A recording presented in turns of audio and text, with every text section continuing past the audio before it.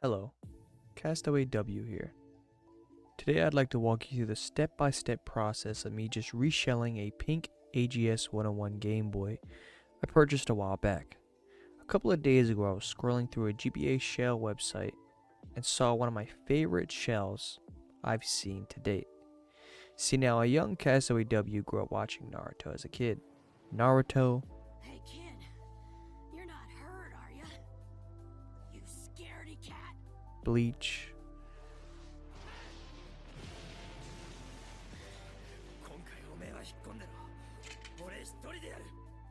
One Piece, Dragon Ball Z,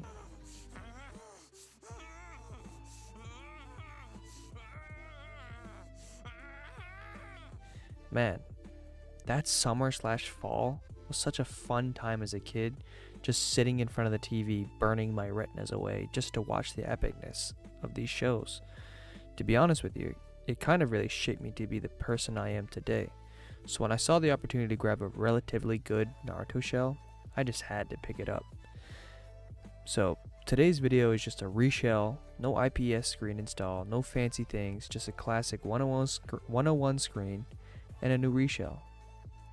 Now I will say, when I first got this shell I had put it off for a while because I was debating if I should send it back or not, with there being a couple of issues of buttons being shaped wrong, things being trimmed too poorly, but I ultimately decided to just fix it all myself and get new buttons to avoid the hassle.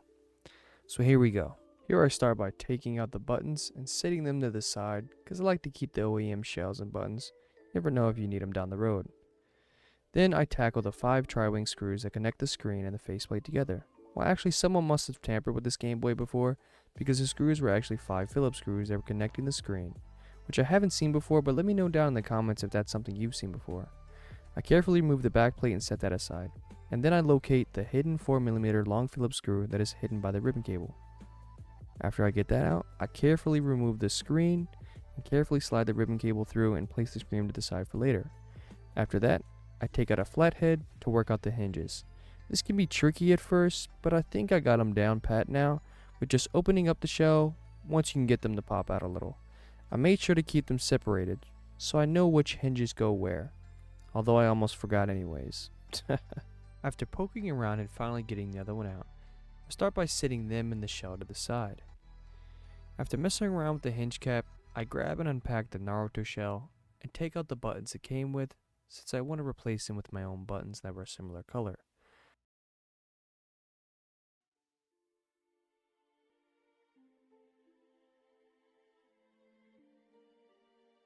Take off the back plate,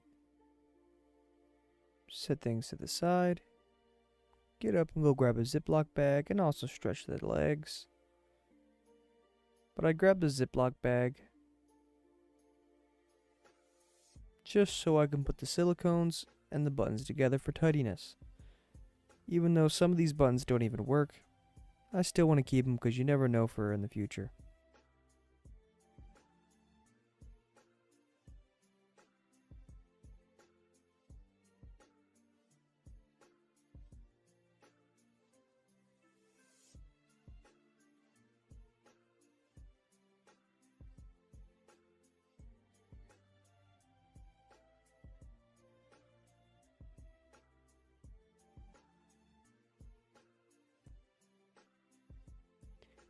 Then I start by taking off the metal piece from the Naruto shell and swapping it with the one on the pink shell.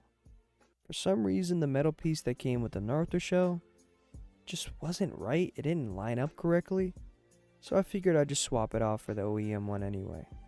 I grabbed the filed down some of the loose plastic that was kind of scraggly, maybe from the 3D printer or whatever it was, I don't know what it was, but just filed that down. Put the original metal piece back on, screwed it in,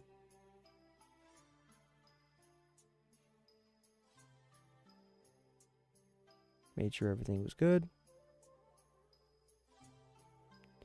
and then started to unpack the buttons and get those in order.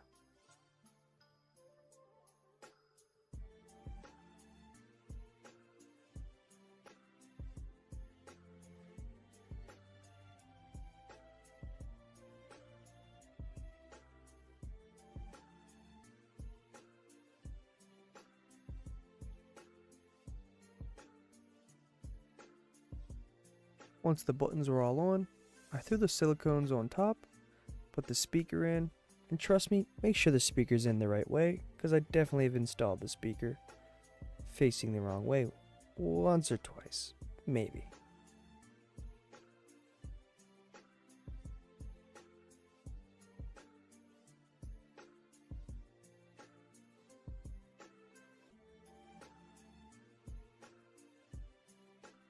Then, you want to make sure you have the springs lined up with the L and R button the right way.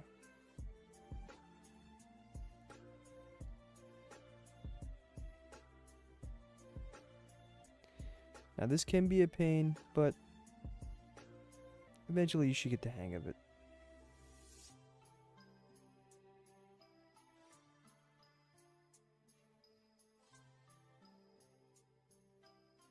Once that one is set, move on to the other one.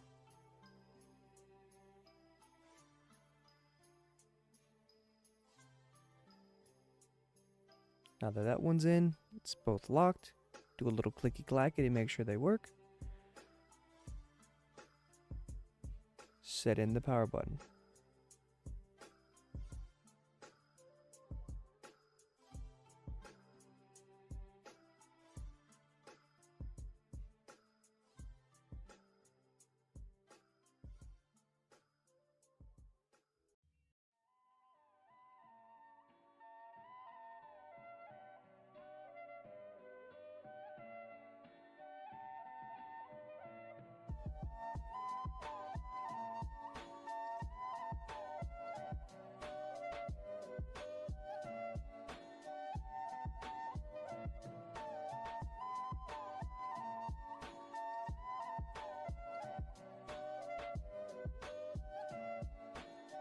Oh yeah, by the way, you might want to put the hinges in before you do the buttons.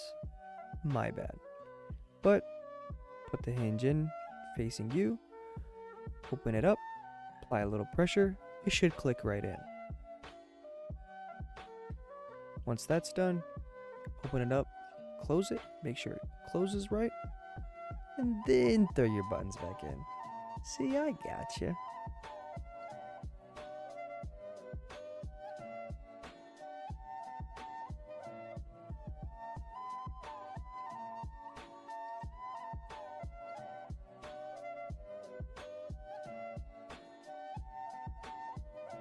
Cliff. Oh, wait, I actually just double pump faked you? We should probably put the screen in and then tie the screen down and then do the buttons, but just follow along.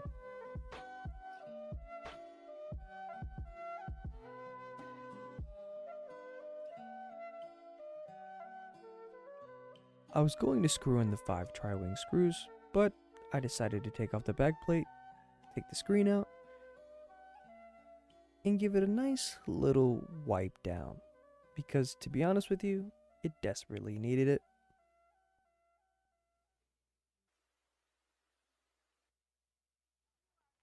After wiping it down and drying it off,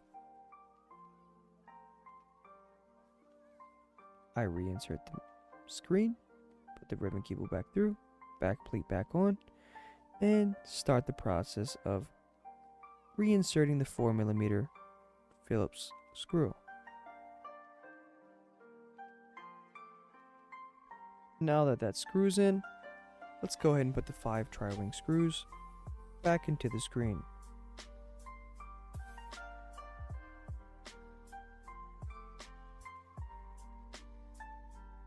Once the final is in, turn it around, and now we do the buttons. See, I got your back.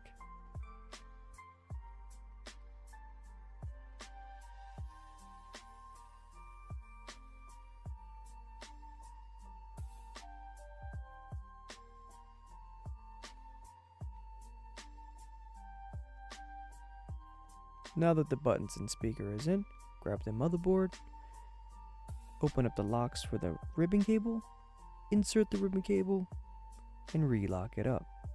Once that's done, go ahead and close it up, grab the 3 Phillips screws from earlier, and screw them back into the motherboard.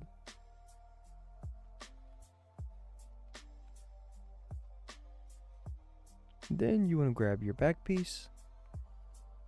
If the power button falls out, don't worry, you can slip it in this way as well. Then push the bottom piece on. You might want to take off the battery cover before you do all this, but I technically forgot. But it should be off.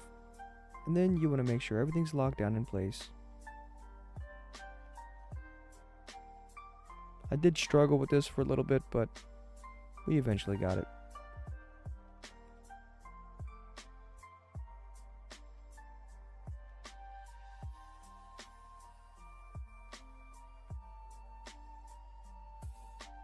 Take the 4 tri-wing screws and screw them back into place by locking the back plate down.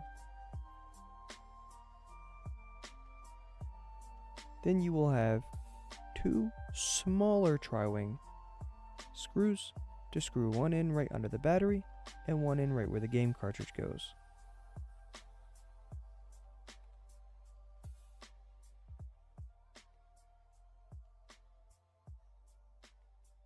Once that in, pop your battery back in, pop your battery cover on.